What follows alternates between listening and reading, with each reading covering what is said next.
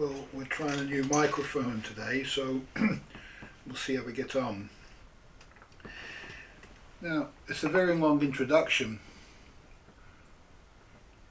and I'm going to play it at the end as well, so that you, after you've heard what I've said, you can understand the diagram a bit more. Now, I made the diagram when I got up this morning because, especially for this video, because everything that I hear from outside myself, I take in, and somebody mentioned greed as being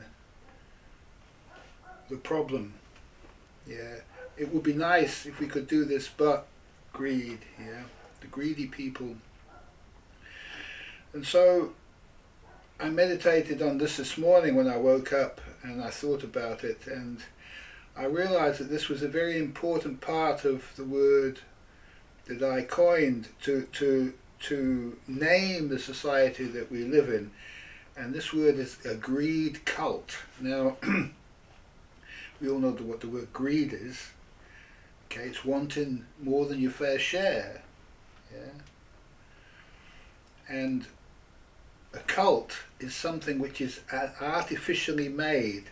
It's cultivated, cultured, and you know, when something grows in a culture, you know, it's kind of like, it's like a garbage heap, every microbe for himself sort of thing. And so the greed cult has always been my opposite of a divine civil society. Now, I did notice when I made this morning that there's two words, greed cult, and there's three words, divine civil society, and I hadn't really understood the difference there between these words. There was something missing from the greed cult word, and that word is industrial. And so you can see that the greed cult ends up as an industrial society, and the divine society ends up as a civil society, which civil is really an opposite, if you like, to industrial. Civilized, civil is part of civilized, and industrial is what they talk about ants being. Okay. Now, what happens if you live in a divine civil society is it produces something, it produces wisdom. And this came out of a divine civil society, but it came at a time when they imprisoned the writer of this, yeah? They imprisoned him, and he was a king, and in prison, he formulated the hexagrams. We're talking about way, way, way back in time, nobody knows how long ago. Now, the product, what happens to this culture is really this. And if you've seen this movie, Shaun of the Dead, well, there are many zombie apocalypse films, but this is the only one I've seen. Because I won't lower myself to watch those things, but needing to know what a zombie apocalypse film was all about, I watched this film. And basically, this is a prophetic film, really, because you can see the start of this happening now, and the future that humanity is looking forward to when they operate to the end of time through a greed cult. Okay, now we'll have a look at this. I'm going to take 5, and then we'll have a look at this diagram in detail.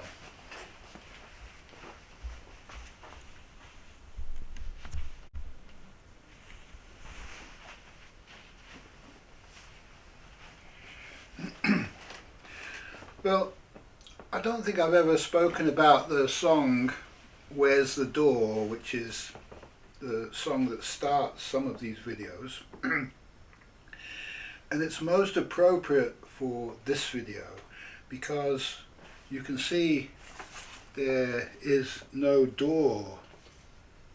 Where's the door? Okay.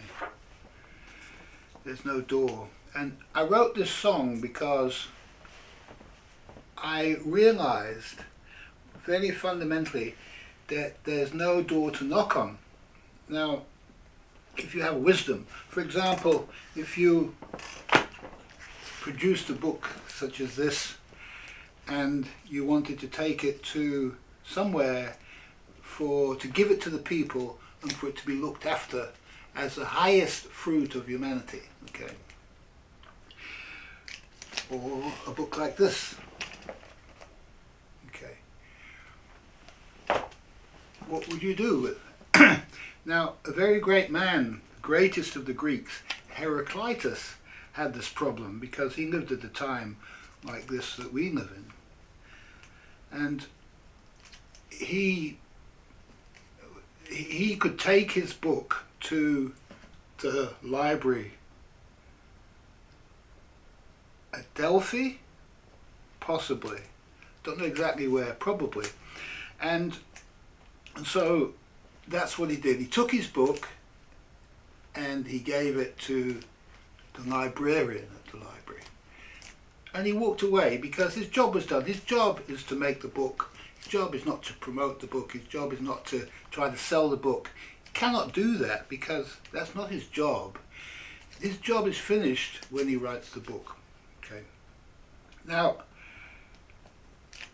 I produced some serious stuff and I tried to find a place, a door to knock on, to say, please, here it is, you need this. This is the wisdom that's produced in this time.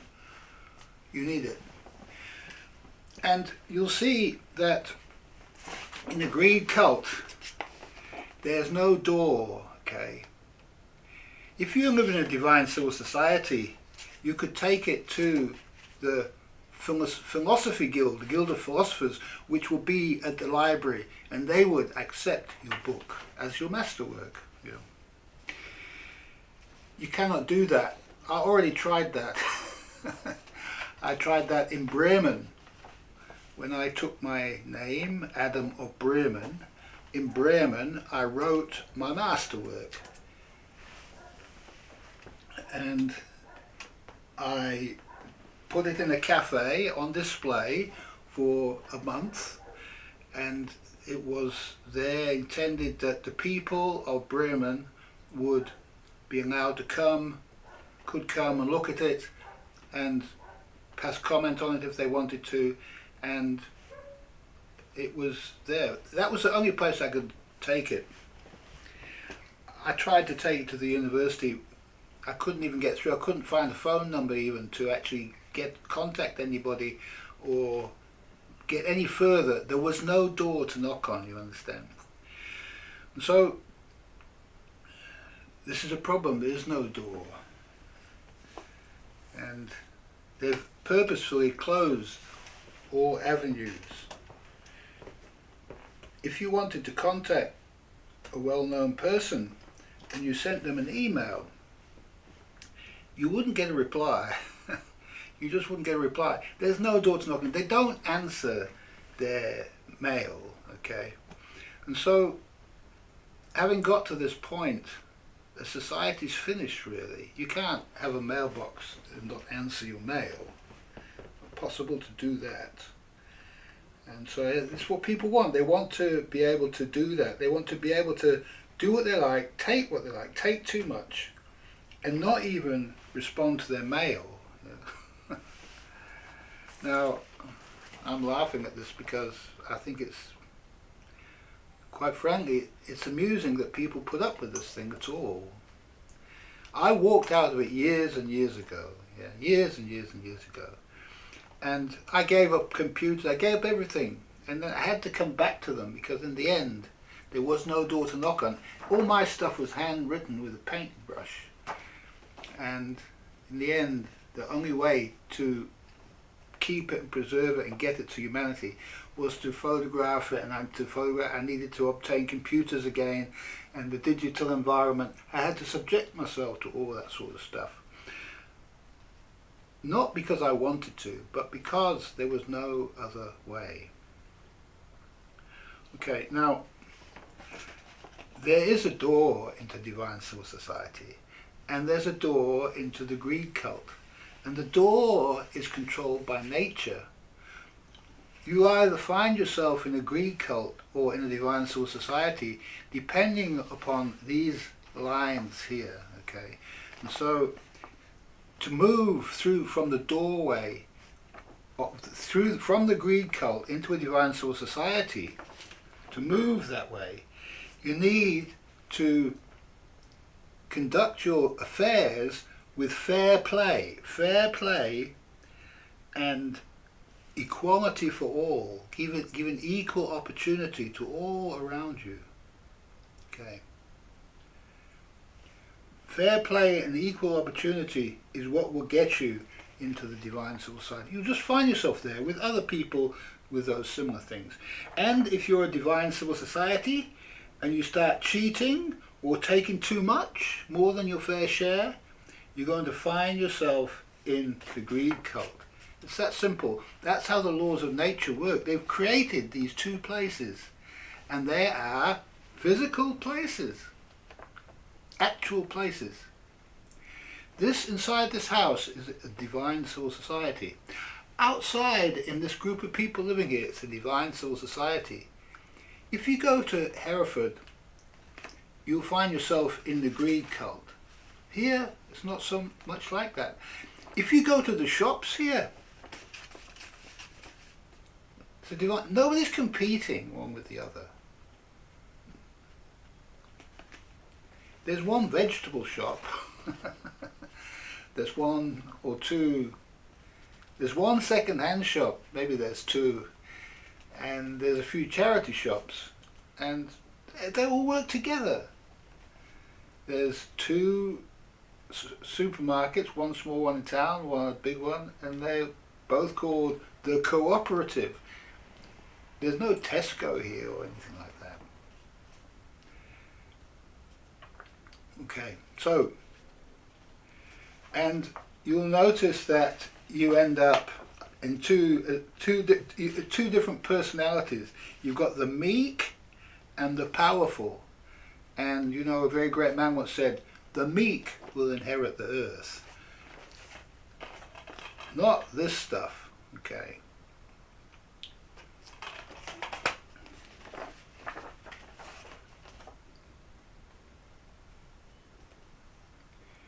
Now you'll see the origin of the greed cult is in organized gangs versus free people. Now, the beginning of organized gangs is when you see children hanging out in the street, on the lampposts, wandering around, moving around the town, hanging out. Okay, that's the beginning of the organized gang. Or if you're at school, you see little groups in the playground, all in the one corner, all just hanging out together. This is the beginning of organized gangs. Free people are just moving with everybody. They're not conspiring one with the other. They're simply offering what they have, what wisdom they have, to everybody else. And the organized gangs, what they did was, in ancient Greece, was they went out pillaging. So eventually they decided to go out at night, you know, go to some other city or whatever and go raping and pillaging, yeah, stealing stuff. And so they went away, they stole stuff, they committed rape and all sorts of stuff like that, and they came back and they brought with them the spoils of their rapine, okay, and they distributed amongst themselves. The big boss man got the main stuff, and then depending on your hierarchy in the gang, you got what was left over, okay. And when they went back to their village, the free people looked at them, and some of them said, "Oh, you're not supposed to. You shouldn't be doing that," you know. So there was some grumbling, okay. But there were some people who eyed up all the loot and thought, oh, can I have a bit of that? So they got a little bit of that pushed back into the people. And this corrupted the society. To allow these gangs to loot and pillage was what corrupted the society.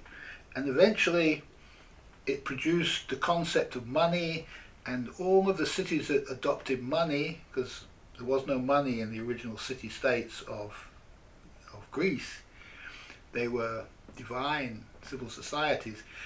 As soon as they introduced money, they went on a downward pathway and ended up as a greed cult. And that is well documented in the Greek histories. And the Greeks realized it because they had the different city-states to compare to and see what happened to the ones that didn't have money and the ones that adopted money. Okay. What money does, it allows some to have more than others. And to be measured out, to be measured and divided unequally amongst the people. Okay, and then what you had was, you had the big boss man and his hangers-on versus the natural leaders. Now the natural leaders were all creative people. They were all doing stuff. They had done stuff all their life. They produced, they created the wealth of their society. And in the end, they created the wisdom of the society. They were creating, they weren't just hanging around, conspiring with others and working out how they could make more and more loot to accumulate out of the greed cult. And you'll see that the origin of war rests with the greed cult, because what the greed cult did, the greed cult made war on divine civil societies, took them over and shared their loot out with the other big boss men in the greed cult. Okay, and so this is a forced doorway, if you like, and all these people here want is peace. They just want peace. They don't want to fight.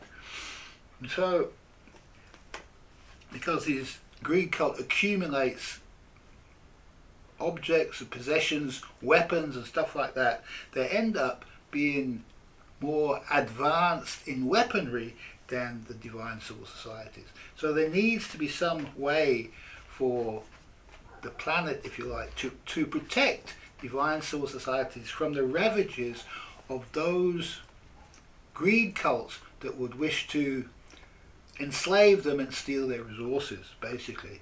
It's just the same as those original gangs that went out raping and pillaging. That's exactly what these people have done as entire countries and groups and gangs who gathered together the highest level of the planet to take over, monopolize the wealth of the planet and distribute it amongst themselves. Now, if one understands that the one is anti-nature, that it results in the complete destruction of nature, because we've seen that it does, that's what happens, and the other is living in nature, it's obvious that we can only be part of the one and not part of the other. And so the only way it can change, is if we come out of her, Sodom and Gomorrah. You have to leave, not look back. And not be concerned about what might happen to you in this case.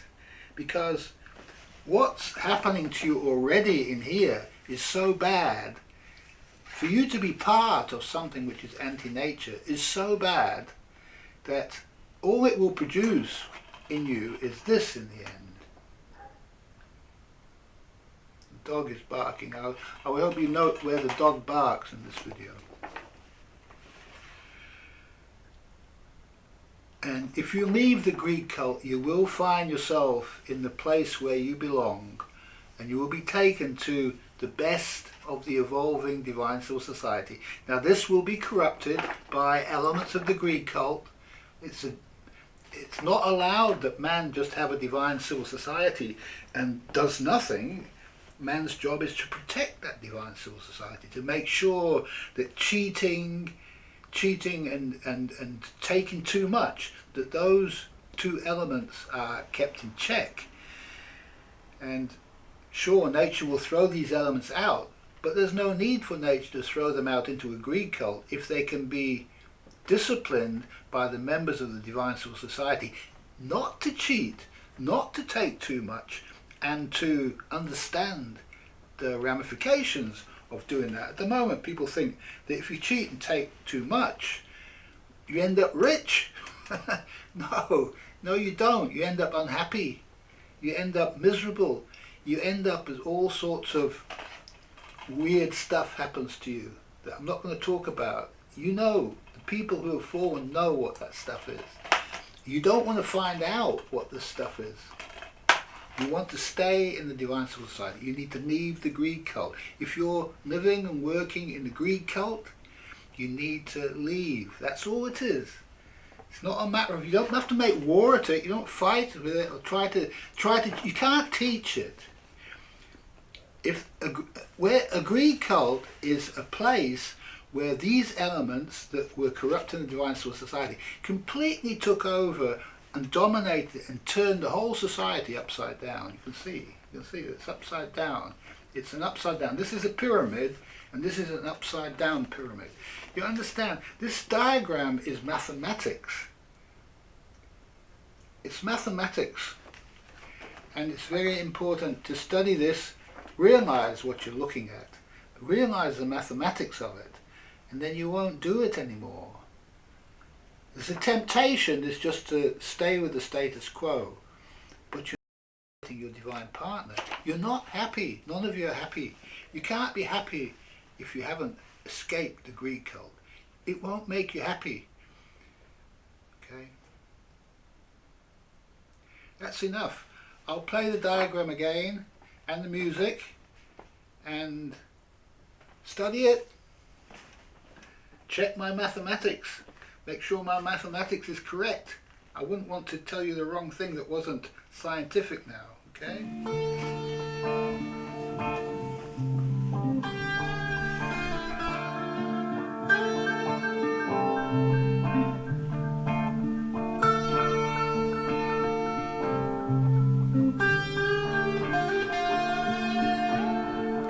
Where is the door?